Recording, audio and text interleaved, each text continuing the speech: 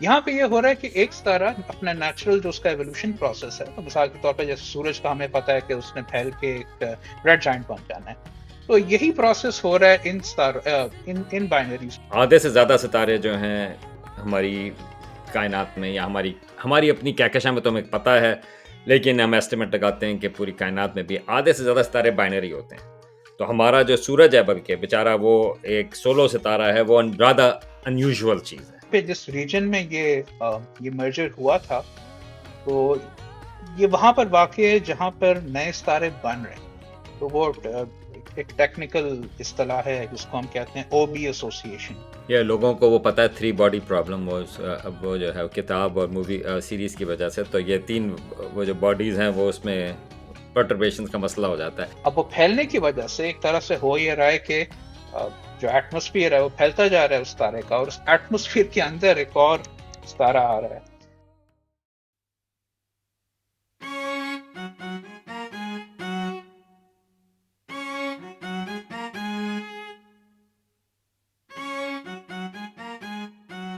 Hello کائناتیز، یہ ہے کائناتی چائے، اور آج ہمارے ساتھ ہیں زین مبین. یہ پولینڈ میں ہیں اس وقت، اور نکولس کپرنیکس اسٹرانومی سینٹر. تو اگر آپ کو کپرنیکس کا نہیں پتہ تو آپ کو پتہ ہونا چاہیے.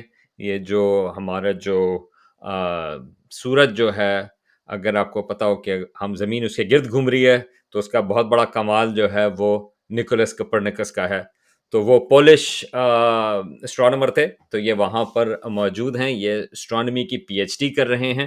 ابھی ان سے بات کریں گے کہ پی ایچ ڈی کس چیز میں کر رہے ہیں، لیکن ان کی پی ایچ ڈی جو ہے وہ بھی ختم ہونے والی ہے جون میں. تو میں نے کہا کہ ذرا ان کو پکڑ لیں، ذرا ان کی پی ایچ ڈی ختم ہونے سے ذرا سا پہلے. تو زین، خوش آمدید کائناتی چائے پر. بہت شکریہ مجھے دعوت دینے کے لیے. تو زین، میرا خیال ہے کہ ذرا شروع کرتے ہیں. مجھے پتہ ہے کہ آپ کو شوق ہے اسٹرانومی کی کمیونیکیشن کا بھی اور پاپولر رائٹنگ کا بھی، تو بھی اس کے سلسلے میں تو بھی آئیں گے. لیکن اگر آپ مجھے ذرا بتائیں کہ آپ کی پی ایچ ڈی کس چیز کے اوپر ہو رہی ہے. تو میری P H D stellar astrophysics میں ہے.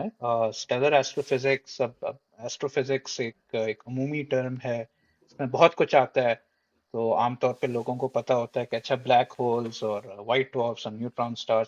تو اب اسٹیلر ایسٹرو فزکس وہ شاخ ہے ایسٹرو فزکس کی جس کا تعلق ستاروں سے ہے.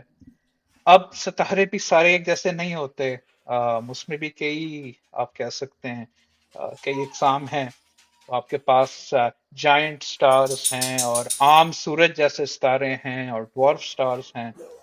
اسی طرح بعض ایسے ستارے ہیں جو کہ بائنریز میں پائے جاتے ہیں، بائنری سسٹمز کہلاتے ہیں. اور بائنری سے مراد ہے کہ دو ستارے جو کہ ایک دوسرے کے گرد گردش کر رہے ہیں. تو اسی طرح کی بائنری ستاروں میں ایک سب سیٹ ہے ستاروں کا جن کو لومینس ریڈ نووا کہتے ہیں. تو نووا کا نام تھوڑا سا جانا پہچانا ہوگا، سپر نووا کا اکثر لوگوں نے سنا ہوتا ہے جب ستارے یا وائٹ ڈوارفس جب پھٹتے ہیں، دھماکہ ہوتا ہے، اس کے نتیجے میں بہت زیادہ روشنی نکلتی ہے. تو لومینس ریڈ نووا ایک ایسا فنامنا ہے جس میں فرض کریں آپ کے پاس ایک بائنری سسٹم ہے، دو ستارے ہیں، اور ان میں سے ایک ستارہ جب ایوالو کرتا ہے، ایکسپینڈ کرتا ہے، تو وہ دوسرے ستارے کو ضم کر لیتا ہے اپنے اندر. اور ایک طرح سے پھر یہ پروسیس چلتا رہتا ہے. تو آہستہ آہستہ جو دوسرا ستارہ ہے وہ اس جو زیادہ پھیلا ہوا پھولا ہوا ستارہ ہے جو پرائمری کہلاتا ہے اس کے ساتھ مرج کر جاتا ہے. اور مرج جب یہ کرتے ہیں تو اس کے نتیجے میں بھی ایک دھماکہ ہوتا ہے جو کہ سپر نووا جتنا روشن نہیں ہوتا. تو ہم ٹیکنیکل زبان میں کہتے ہیں کہ انٹرمیڈیٹ لومیناسٹیز کی ہے، یعنی کہ تو سپر نوواز ہوتے ہیں کہ تقریباً آپ کی سورج سے کوئی ایک ارب گنا زیادہ لومیناسٹی ہوتی ہے. لومیناسٹی سے مراد برائٹنس. تو جو لومینس ریڈ نوواز ہیں، یعنی کہ جب یہ ستارے مرج کرتے ہیں بائنریز میں، ان کی جو لومیناسٹی ہے یا کل روشنی ہے وہ سورج کے مقابلے میں کوئی 10 لاکھ زیادہ یا تو ہاں جی. اگر میں اس میں کہہ سکوں تو لوگوں کے لیے ایک چیز تو یہ نا کہ آدھے سے زیادہ ستارے جو ہیں ہماری کائنات میں یا ہماری اپنی کہکشاں میں تو ہمیں پتہ ہے، لیکن ہم ایسٹیمیٹ لگاتے ہیں کہ پوری کائنات میں بھی آدھے سے زیادہ ستارے بائنری ہوتے ہیں. تو جی ہمارا جو سورج ہے بلکہ بیچارہ وہ ایک سولو ستارہ ہے، وہ زیادہ انیوژول چیز ہے. جی جی Right. جی ہاں.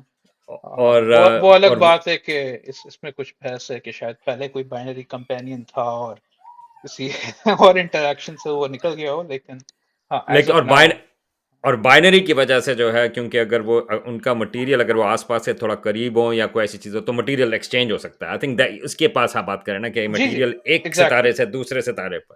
ہاں اور وہ ایکسچینج ہونے کی وجہ یہ ہے کہ تو جیسے جب آپ کے پاس کوئی بہت ڈینس کمپیکٹ ستارہ ہو جیسے نیوٹران سٹارز یا وائٹ ڈورفز، تو وہاں پہ تو یہ ہوتا ہے کہ چونکہ گریوٹی اس قدر مضبوط ہوتی ہے ان ستاروں کی. یہاں پہ یہ ہو رہا ہے کہ ایک ستارہ اپنا نیچرل جو اس کا ایوولوشن پروسیس ہے، تو مثال کے طور پہ جیسے سورج کا ہمیں پتا ہے کہ اس نے پھیل کے ایک ریڈ جائنٹ بن جانا ہے. تو یہی پروسیس ہو رہا ہے ان ستاروں ان بائنریز میں کہ وہ پھول کے ریڈ جائنٹس یا بعض اوقات ریڈ سپر جائنٹس. تو مثال کے طور پہ میں جس آبجیکٹ کو اسٹڈی کر رہا ہوں اس کے بارے میں گمان یہ کیا جاتا ہے کہ اس میں جب پرائمری ستارہ پھیلا ہے تو وہ ایک ریڈ سپر جائنٹ ہی بنا ہے. اب وہ پھیلنے کی وجہ سے ایک طرح سے ہو یہ رہا ہے کہ جو ایٹموسفیئر ہے وہ پھیلتا جا رہا ہے اس تارے کا، اور اس ایٹموسفیئر کے اندر ایک اور ستارہ آ رہا ہے. تو میں جس سسٹم کو دیکھ رہا ہوں اس کا نام میں بتا دیتا ہوں. اس کا نام ہاں ہے ہاں V838 مونوسیراٹیس، یا اس کو پیار سے V838 مون کہتے ہیں کیونکہ پوری کانسٹلیشن کا نام بار بار کون بولے. تو یہ ہبل کی اگر آپ I would say top 10 15 images میں دیکھیں گے جو ایچ ایس ٹی نے لی تھی، تو یہ V838 مان اس فہرست میں آتا ہے. خصوصاً جب یہ آؤٹ برسٹ ہوا تھا، یہ 2002 کی بات ہے، جب ہبل نے اس کو، ہبل اور مختلف اور گراؤنڈ بیس ٹیلیسکوپس نے آبزرو کیا تھا. تو وہ اگر آپ گوگل کریں V838 مان ایچ یہ ایس ٹی. ابھی ہاں آپ کو لائٹ ہے یہاں تو. پہ اس وقت آپ کو اسکرین پر نظر آ رہا ہے V8 مان. ہم نے جو ہے یہ ایڈیٹنگ کا میجک ہے، یہ ہم نے لگا دیا ہے یہاں پر V8 مان جو ہے اس کی تصویر ہبل اسپیس ٹیلیسکوپ والی. ہاں جی. تو اس میں آپ کو نظر آتا ہے کہ یہ بیچ میں ایک ریڈش ستارہ ہے اور اس کے آس پاس یہ گرد و غبار جمع ہوئی ہوئی ہے، ڈسٹ ہے. تو ہبل نے کئی تصویریں لی تھیں. اس کو ایک لائٹ ایکو کہتے ہیں کہ جیسے جیسے روشنی اس تو مرجر کے نتیجے میں سمجھا یہ جاتا ہے کہ ایک نیا ستارہ ہی بنتا ہے. ایگزیکٹلی اس کی نیچر کیا ہے، اس پہ کچھ کچھ ڈبیٹ ہے، یقین سے ہم نہیں کہہ سکتے کیونکہ. ہاں جی. تو یعنی کہ یہ تو کھا گیا، یعنی کہ دو ستارے جو ہیں وہ ایک ستارہ بن گیا. تو یہ ایسی ہاں چیز جی نہیں ہے کہ خالی آپ مٹیریل لے رہے ہیں، بلکہ اس نے جو ہے اس میں ایک ستارے نے دوسرے ستارے کو ہضم کر لیا. ایگزیکٹلی یہی ہوا ہے کہ ایک نے دوسرے کو ہضم کر لیا ہے، کھا لیا ہے، یا اس کو نگل لیا ہے، جیسے بھی آپ سوچنا چاہتے ہیں، اور نتیجے میں پھر ایک نیا ستارہ بن رہا ہے. اچھا، ایک منٹ. ہاں جی، میں نے کہا میں یہاں پر میں نوٹ کر لوں آپ کا. ہاں اچھا، ہاں ٹھیک ہے. تو اچھا، تو یہ جو نیا ستارہ ہے تو یہ لوگوں کے لیے ایک حیران کن چیز ہے. خیال یہ ہوتا ہے کہ ستارے جو ہیں وہ ایک دفعہ بن گئے، لوگوں کو پتہ ہوتا ہے کہ وہ نبیولا میں بنے، لیکن یہ تو ایک اور ہی طریقہ ہے نئے ستارے کو بنانے کا. ہاں جی. اور مزے کی چیز یہ ہے کہ جہاں پہ جس ریجن میں یہ مرجر ہوا تھا، تو یہ وہاں پر واقع ہے جہاں پر نئے ستارے بن رہے ہیں. تو وہ ایک ٹیکنیکل اصطلاح ہے جس کو ہم کہتے ہیں او بی ایسوسیشن. تو یعنی کہ وہاں پہ نئے یہ جو خاص طور پہ جو زیادہ تو زیادہ جو میسو سٹارز ہوتے ہیں، جتنا ان کا وزن ہوگا اتنے ہی زیادہ وہ اپنے رنگ کے لحاظ سے نیلے رنگ کے ہوتے ہیں، کیونکہ بلو جو روشنی ہے وہ زیادہ انرجیٹک ہے. تو اسی او بی ایسوسیشن میں V838 مان کو پایا گیا ہے.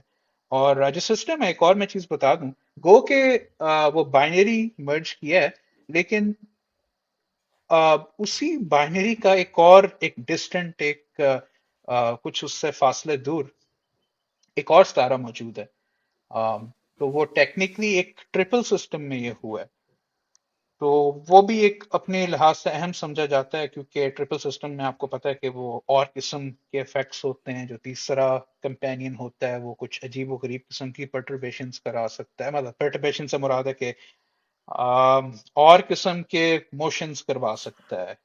جو آربٹس ہیں وہ پھر اتنے آم، آ، خالص ایلپٹیکل نہیں ہوتے جس طرح عام کسی دو دو بائنری سسٹم میں پائے جاتے ہیں. یہ لوگوں کو وہ پتہ ہے تھری باڈی پرابلم، وہ جو ہے کتاب اور مووی جی سیریز کی جی. وجہ سے، تو یہ تین وہ جو باڈیز ہیں وہ اس میں ہاں پرٹربیشنز کا مسئلہ ہو جاتا ہے. ایگزیکٹلی تو ہاں. تو یہ بتائیں کہ یہ جو ستارہ تھا، آ، وہ بڑا ستارہ تھا، وہ سورج جیسا نہیں تھا، یعنی کہ حالانکہ جب ہم دو ستاروں کی بات کریں تو وہ جو دو ستارے تھے ان کا مادہ میس کتنا تھا؟ تو بہت اچھا سوال ہے. ان میں سے ایک جو ہے وہ سورج سے 8 گنا زیادہ میسو تھا، اور ایک بی ٹائپ سٹار تھا. تو مختلف جنہوں نے اسٹرانومی پڑھی ہے، اسپیکٹرل ٹائپس ہیں ستاروں کی. تو او بی ستارے سب سے گرم ہوتے ہیں، اور جو سب سے ٹھنڈے ہوتے ہیں نسبتاً وہ یہ ایم ٹائپ سٹارز ہوتے ہیں، اور سورج کے بیچ میں آتا ہے، اس کو ایک جی ٹائپ سٹار کہتے ہیں. تو یہ ایک 8 سولر میس کا بی ٹائپ سٹار تھا. اور جو کمپینین تھا اس کے بارے میں سمجھا یہ جاتا ہے، اور ہیں بہت آپ کہہ سکتے ہیں مضبوط شواہد ہیں اس کے حق میں، کہ وہ ایک نیو بورن سٹار تھا، یا ایک وائی ایس او تھا، ینگ اسٹیلر آبجیکٹ اسے کہتے ہیں. یعنی کہ ایک نوزائیدہ ستارہ تھا جس کو ایک زیادہ بڑے ستارے نے اس کو ہضم کر لیا. اور اس کا میس ہے تقریباً 0.3 سولر میسز، یعنی کہ سورج سے چھوٹا ہے. ہاں 70% کم ہے اس کا میس. ٹھیک ہے، تو چلیں اس کے بارے میں ابھی ذرا ہم دوبارہ سے آتے ہیں، لیکن پہلے ذرا یہ بتائیں کہ یہ میں ہمیشہ سوال پوچھتا ہوں کیونکہ کہ اسٹرانومی کا شوق کیسے پیدا ہوا، پہنچے کس طرح سے اسٹرانومی پہ؟ um, میرا خیال مطلب میں وہ روایتی اسٹیریوٹیپیکل جواب نہیں دینا چاہتا، لیکن آ، سچ یہی ہے کہ ہمیشہ ہمیشہ سے شوق تھا. آم، تو وہ ٹھیک وہ عین وقت لمحہ کب تھا جب پیدا ہوا تھا، میں یقین سے نہیں کہہ سکتا. شاید 7 8 سال کا تھا. البتہ جب میں او لیولز میں اے لیولز میں تھا تو مجھے پکا یقین نہیں تھا کہ میں نے اسٹرانومی میں ہی جانا ہے اس وقت تک. وہ زمانہ ہے جب میں نے اسٹیفن ہاکنگ کی کتابیں پڑھی تھیں، اور اس کی وجہ سے ایک نیا شوق تھا کہ میں نے جو ہے وہ تھیوریٹیکل فزکس میں جانا ہے. اور اور یہ کدھر ہیں آپ، پاکستان میں؟ ہاں یہ ہاں، اسلام آباد میں ہاں. اسلام آباد میں. آ، اچھا، ہاں. تو اس زمانے میں تھوڑا سا آپ I won't say double minded, لیکن آپ کہہ سکتے ہیں کہ بہت سے شوق تھے. اور زیادہ مجھے تھا کہ میں نے تھیری پڑھنی ہے زیادہ، جیسے کیا اسے کہتے ہیں صحیح جو ہائی لیول میتھمیٹکس ہے وہ کرنی ہے، اور جی آر اور کوانٹم فیلڈ تھیری اور یہ. لیکن جب میں یونیورسٹی میں کالج میں گیا تو اس کے بعد پھر آ، آپ کہہ سکتے ہیں کہ انڈر گریڈ میں نے یہ فیصلہ کیا کہ نہیں، میں ایسٹرو فزکس میں ہی رہنا چاہتا ہوں، اور اسی میں تحقیق کرنا چاہتا ہوں، اور مزید اس کو پرسو کرنا چاہتا ہوں. اچھا، اور تو یہ جو ستاروں کا شوق ہوا، لوگوں کا خیال ہوتا ہے کہ اسٹرانومی میں خالی ستارے ہی ہوتے ہیں، لیکن کہ میں جو ہوں، میں تو کہکشاؤں کی طرف چلا گیا پی ایچ ڈی کے سلسلے میں. تو یہ جو اسٹارز کا انٹرسٹ تھا، یا جب آپ گریجویٹ اسکول میں تھے تو اس میں ایسا پروجیکٹ ملا، تو یہ جو بائنری اسٹار سسٹم، یہ جو پرٹیکولر قسم کا ہے، آپ اس تک کس طرح سے پہنچے؟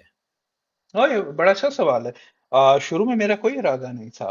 ہوں. اور جب میں انڈر گریڈ میں تھا تو مجھے دلچسپی تو گو کہ میں اب اسٹرانومی میں ہی میرا ارادہ تھا کہ میں اسی میں رہوں گا، اسی شعبے میں. لیکن مجھے تھا کہ میں کاسمولوجی سے متعلق کچھ کرنا چاہتا ہوں. ہوں. تو جب میں انڈر گریڈ تھا تو اس وقت مجھے موقع ملا، اور ہاں سافٹمور ایئر تو یعنی کہ دوسرے سال سے لے کے آخر تک فائنل ایئر تک میں نے جس شعبے میں کام کیا وہ ہائی انرجی ایسٹرو فزکس کہلاتا ہے. اور خصوصاً اس میں کہکشاؤں پہ یہ ایک خاص قسم ہے کہکشاؤں کی جو اے جی اینس کہلاتے ہیں، ایکٹیو گیلیکٹک نیوکلیائی. تو جو لوگ سن رہے ہیں ان کے لیے بس بہت بیسکلی میں بتا دیتا ہوں کہ یہ ایسی گیلیکسیز ہیں جو عام کہکشاؤں کی نسبت کئی اربوں گنا زیادہ روشن ہوتی ہیں.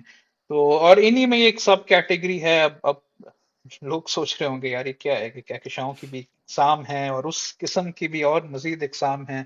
تو AGNs کی ایک قسم ہے جن کو بلیزارز کہتے ہیں، جو کہ آپ کہہ سکتے ہیں کہ کوئزار سے ملتے جلتے ہیں، لیکن کچھ آبزرویشنل افیکٹس کی وجہ سے وہ زیادہ نمایاں ہوتے ہیں. تو میں نے بلیزرز پہ کام کیا سارے پورے اپنے انڈر گریڈ کے دورانیے میں. اور ہاں اس کے بعد پھر چونکہ اس وقت میرا ارادہ یہی تھا کہ جہاں پہ میں تھا بoston یونیورسٹی میں ادھر ہی جاری رکھوں کام کو.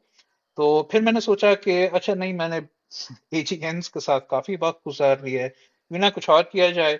تو میں نے کچھ کوشش کی تھی، آپ کہہ سکتے ہیں ہارڈ کور کازمالوجی. اور اس میں ایک ٹاپک تھا، ٹاپک ہے، ٹاپک تو ابھی تک ہے، یہ لینزنگ کا، ویک لینزنگ کا. تو گریویٹیشنل لینزنگ لوگوں نے سنا ہوگا، ایک افیکٹ ہے کہ کوئی بھی اگر میس ہوگا تو آئنسٹائن کی تھیری کے مطابق جہاں پر میس ہوگا وہ اپنے آس پاس اسپیس ٹائم کو اس میں خمی پیدا کرتی ہے، اس کو کرو کرتی ہے. اس کرویچر کے نتیجے میں اگر روشنی پیچھے سے آئے گی اس آبجیکٹ کے آس پاس، اس کی گریوٹی کی وجہ سے وہ اس میں ہلکی سی ایک ڈفلیکشن آ جاتی ہے. تو ڈپینڈنگ آن آپ کس قسم کا سسٹم دیکھ رہے ہیں. اور تو مثال کے طور پر ایک اسٹرانگ لینزنگ ہوتی ہے، جیسے آم، لوگوں نے دیکھے بھی ہوں گے کہ بعض اوقات آپ کو ایک ہی گیلیکسی کی کئی امیجز نظر آتی ہیں، کبھی چار نظر آتی ہیں، کبھی آپ کو پورا ایک رنگ نظر آتا ہے. تو ویک لینسنگ کچھ اور ہے.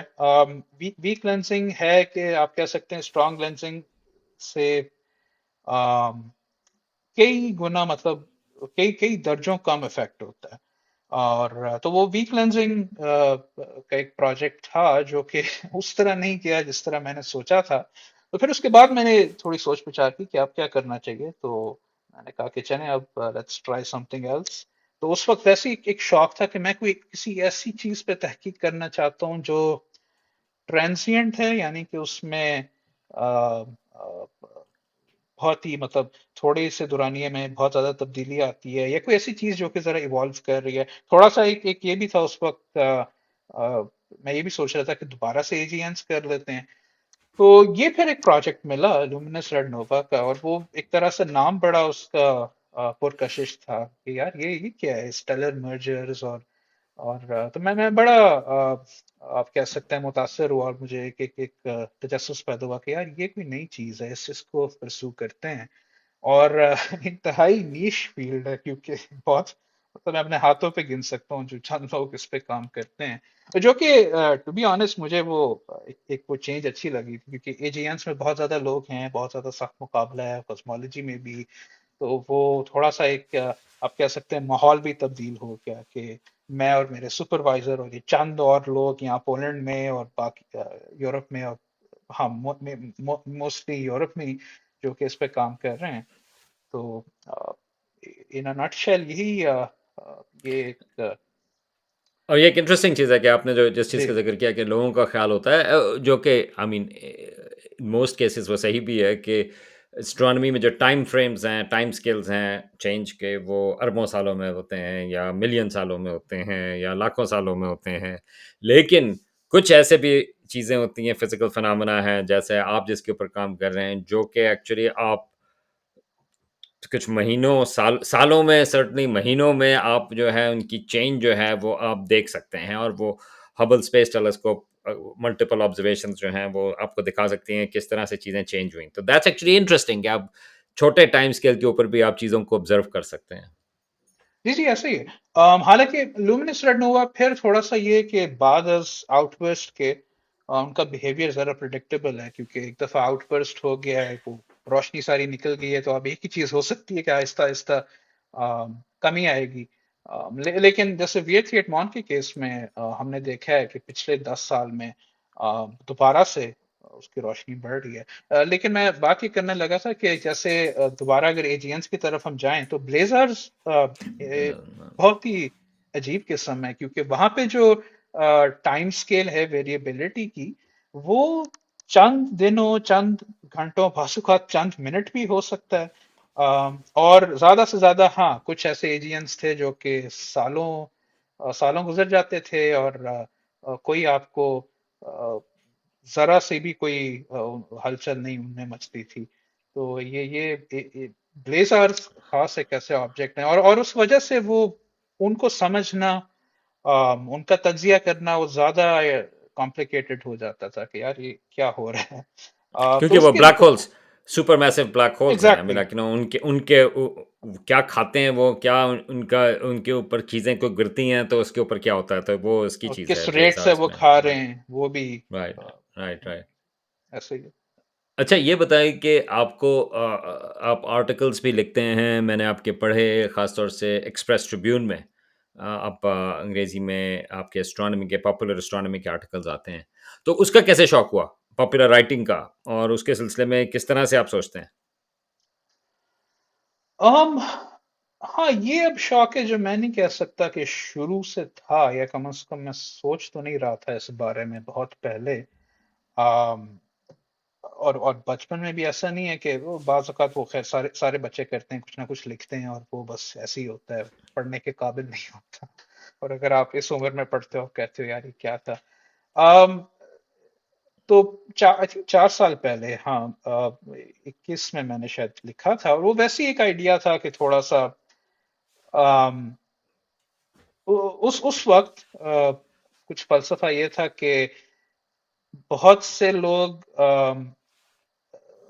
ہمارے معاشرے میں، تو پاکستان میں اور جنرلی جو آپ کی جو ڈیولپنگ دنیا یا پوسٹ کلونیل دنیا ہے وہاں پہ ایک لوگ بعض اوقات گلہ بہت کرتے ہیں کہ اچھا سائنس کے بارے میں بات چیت ہونی چاہیے یا کم ہوتی ہے میڈیا پہ یا نیٹ پہ یا سوشل میڈیا پہ وغیرہ.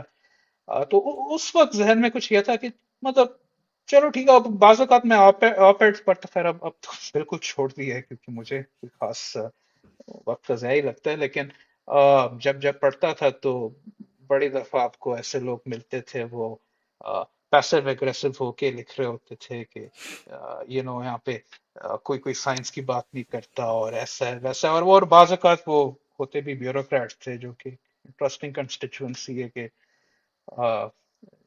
تو خیر بارت. تو مجھے تھا کہ چلو کیوں نہ میں آسان الفاظ میں جہاں تک ممکن ہے کچھ چیزوں پہ لکھنا شروع کروں. مطلب بہت بہت ہی بیسک آئی وڈ سے کہ جو جو چیزیں عام طور پہ آپ کسی 100 لیول کورس میں دیکھتے ہیں انہی کے بارے میں. مثال کے طور پہ آئی تھنک پہلا آرٹیکل تھا اسٹار فارمیشن پہ. پھر اس کے بعد ایک بگ بینگ پہ تھا. اور ابھی ابھی ریسنٹلی ایک ذرا میں نے کہہ سکتے ہیں شفٹ کیا ہے تھوڑا سا ہسٹری آف سائنس کی طرف گیا ہوں کیونکہ مجھے پچھلے کچھ سالوں میں اس میں بڑی دلچسپی ہوئی ہے. لیکن انیشیلی یہی یہی تھا. اور ابھی بھی مطلب آئندہ بھی جب جب کبھی لکھوں گا تو وہ بس میں نے ویسے ہی ذہن میں ایک دن خیال آیا، میں نے کہا چلو کچھ لکھ دیتے ہیں بیٹھ کے الگ سی اگر کسی کو دلچسپی ہے تو. تو وہاں سے بس اس کا آغاز ہوا ہے. اردو میں بھی لکھنے کا موقع ملا کہ یا شوق ہے کہ انگریزی کی طرف ہے؟ مجھے ویسے ٹو بی میں کلیئر کر دوں، مجھے میں بھی انگریزی میں تو لکھ لیتا ہوں، لیکن مجھے اردو میں جو ہے لکھنا مشکل ہے. بات چیت تو ہو جاتی ہے، لیکن تو آپ کا شوق ہے اس سلسلے میں یا؟ میں نے ویسے کوشش نہیں کی ابھی اچھا. تک. ہاں. ویسے مجھے اگین میں نے کچھ پبلش تو نہیں کیا اردو میں. ویسے مجھے لکھنے مطلب آپ چیزیں لکھتے رہتے ہو تو وہ ایک اردو ادب میں بھی تھوڑی سی دلچسپی ہے. لیکن this is something that I haven't tried ہم، اور سم تھنگ مطلب اگر اگر موقع ملے. لیکن میرا تھوڑا سا یہ کہ چونکہ مطلب آپ میرے سے بہتر جانتے ہیں کہ چونکہ ہماری سائنسی تعلیم انگریزی میں ہی right. ہوئی ہوتی ہے. اور اگر ہم جیسے اب ابھی ابھی ہم بھی جب بول رہے ہیں سمجھا رہے ہیں تو ہمیں انگریزی کا سہارا تو دینا پڑتا ہے، اس کے بغیر مشکل ہوتا ہے بات کرنا. تو ہو سکتا ہے کوشش کروں. اب ابھی ایز آف ناؤ کوئی کوئی اس طرح کا ارادہ نہیں. البتہ جب میں پڑھاتا ہوں یا ویسی عام محفل میں بھی جب گفتگو ہوتی ہے میری کوشش یہ ہوتی ہے کہ جہاں تک ممکن ہو اردو میں سمجھایا جائے. ہاں اٹس ناٹ مطلب مثال کے طور پہ اب میں نے اگر کہنا ہو کہ